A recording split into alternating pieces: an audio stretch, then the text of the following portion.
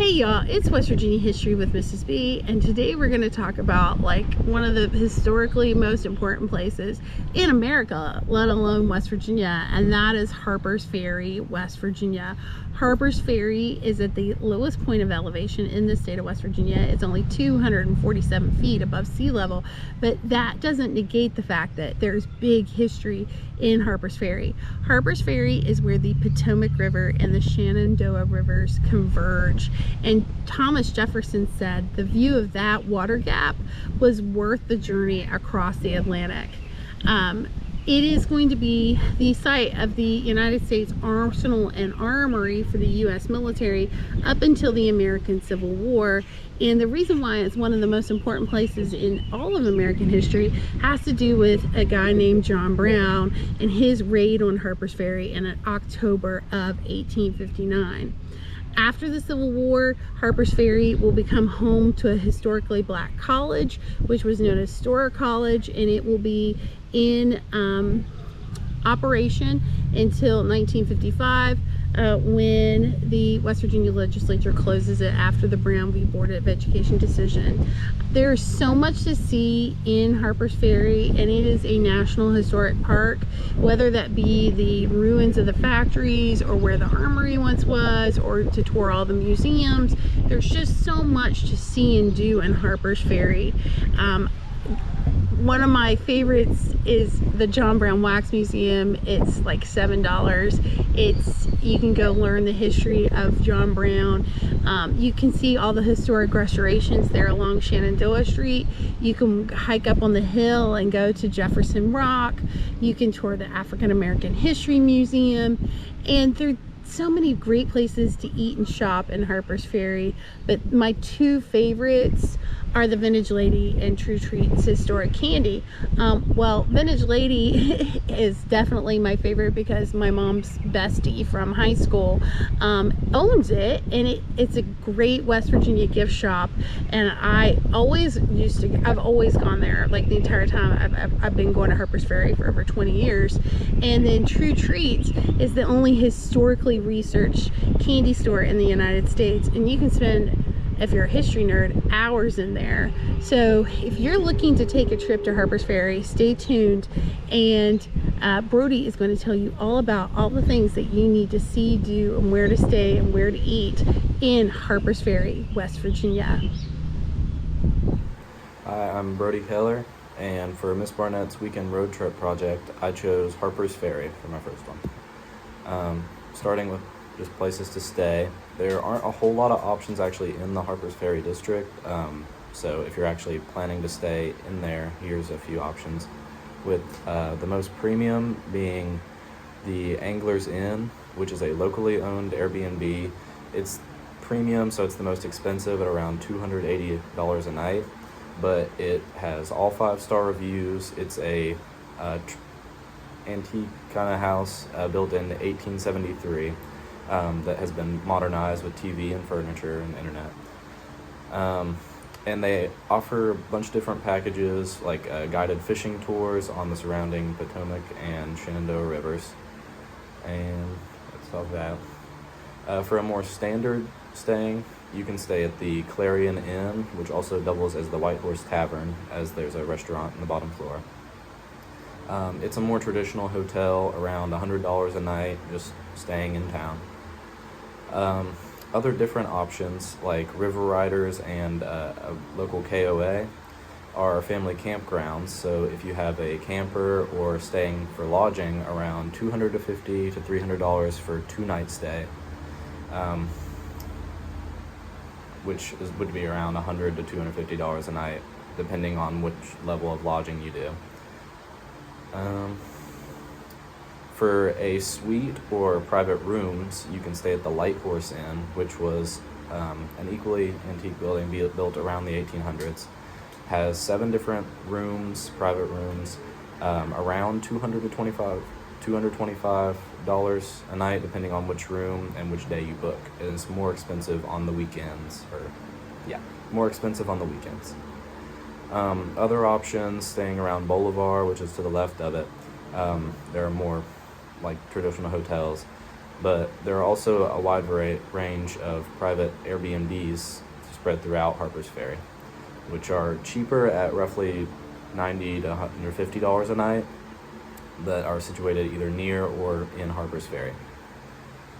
Moving on to places to eat. Starting with nicer sit-down adulty meals, you have the White Horse Tavern, which is, if you're staying the Clarion Inn, like I mentioned. It's open every day, noon to 9 p.m., which is open to 11 p.m. on Friday and Saturday. They have a lot of the traditional upscale restaurant items that you would expect, but they also have more crab-centered things where they're on the river and everything. Like crab cakes and dips that comes with certain entrees. They even sell rainbow trout as a sort of unique option. The Rabbit Hole Gastropub is nearby as well, open every day till around noon to 8. They also have unique menu items, mostly found in their appetizers, like their loaded pork fries and pork shanks. Both restaurants are around $15 to $20 in ranges and food and drinks. Otherwise, aside from like the unique things I mentioned, they serve burgers, sandwiches, chicken, the local fish, everything that you would expect. Some more budgety lunch places you can visit, like the Kelly Farm Kitchen. They have a wide variety of pretty much anything you could expect home style, from sandwiches, chili, ramen, and curry, which is a unique one for West Virginia. Soft serve, ice cream, and other bunch of different drink items. The only thing you should probably plan before you go here, as they have an odd schedule where they're closed on some days, open 4 to 8. You kind of just have to check their website, which they have a good one online. The Country Cafe is basically like Kelly Farm Kitchen, but with more sandwiches than total variety. Like, they don't have the ramen and curry and everything. But they also serve breakfast that many people praise, and have different dessert options. Their schedule is generally Wednesday through Friday from 8 to 3, and I said on the weekends 7:30 to 3. Battlegrounds Bakery and Coffee is a coffee place that also serves breakfast and lunch. It's a locally owned store, modeled for the Battlegrounds, obviously. A lot of the reviews argue that the food is pricey, which $10 to $11 for sandwiches and salad, but everybody that buys them says while they're pricey, they're also really good. Their breakfast is more affordable, at $5 to $8 for like sandwiches, waffles, bacon, eggs, the usual stuff, but everyone says is good too. And if you're buying the sandwiches, they have lots of West Virginia themed unique ones. So like the John Brown roast beef sandwich and the Screaming Jenny spicy turkey sandwich, which there's more about this in the next session regarding more fun places.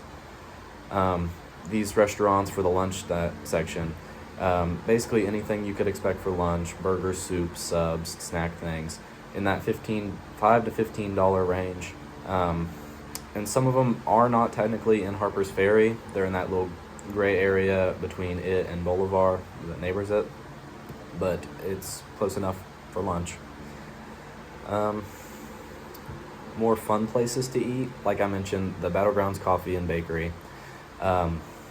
It is, while it serves lunch and breakfast, it is like traditionally a modern coffee place. They have a wide range of coffees and different things, like even ice cream coffee I've seen, which they're more well known for that, and their snacks like cookies, scones, croissants, and pepperoni rolls for West Virginia.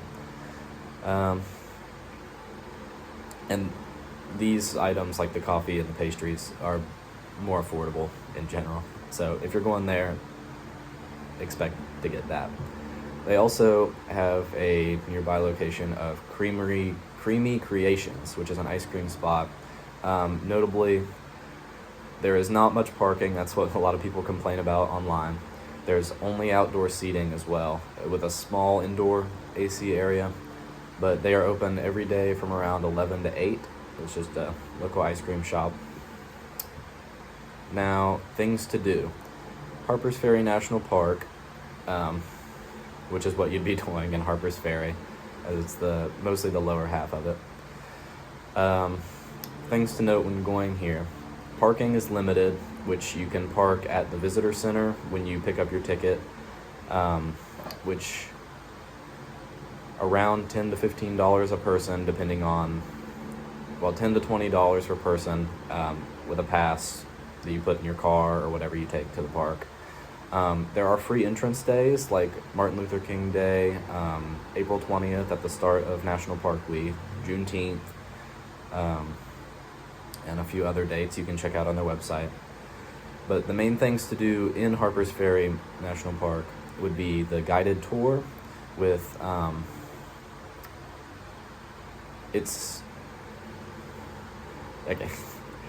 the guided tour is a very experienced crew. They lead you through. Prices scale for people like prices scale up with the people.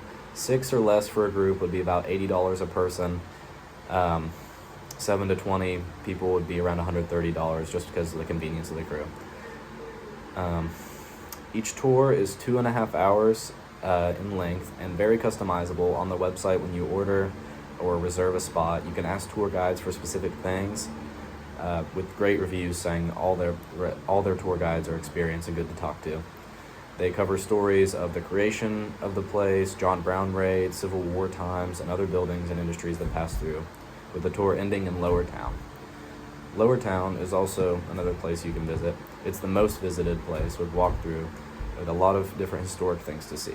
It's got all the old buildings restored and ready to just walk through.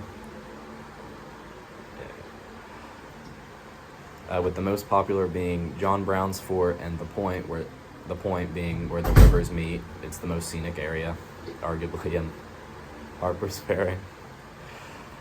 Other things to do, I mentioned River Riders, which is the campground, but they also have a lot of options.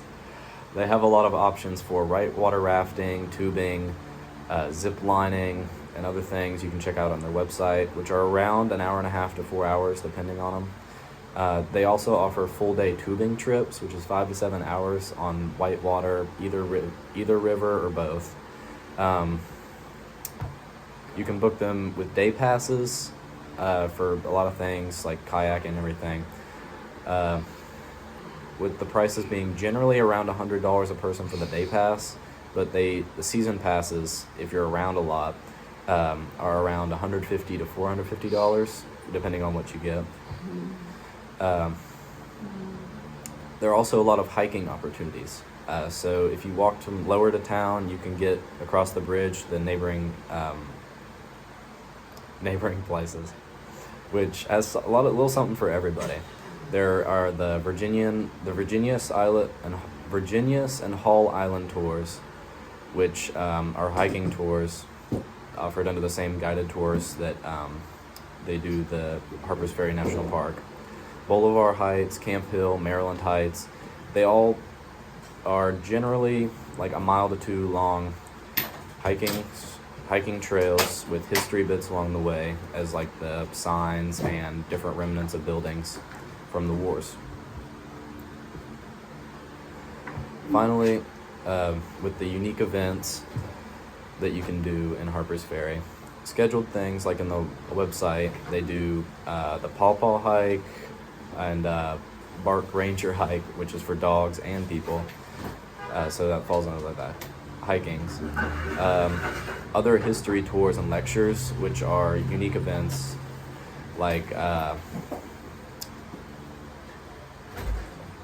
separate tours for the John Brown Monument and the landscape, which are free and actually only require an entry pass, and just happen certain times. If you just show up, you can check on the website.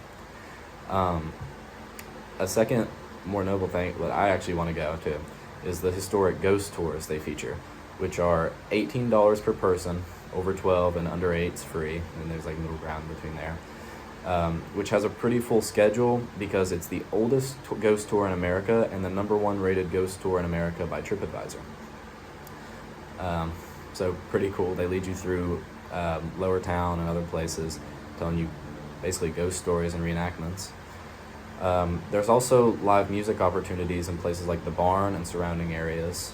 So they bring in local and even nationally recognized artists sometimes for just people's enjoyment if you go to the restaurant. And for adults, on July 6th, they're actually doing their first annual West Virginia Moonshine Festival at the barn, which will have food trucks, that music, and even like judgings of whatever food and things there. So that's a lot of the options, and yes. Thanks, y'all, for watching. Please like, share, and subscribe to West Virginia History with Mrs. B on both Facebook and YouTube.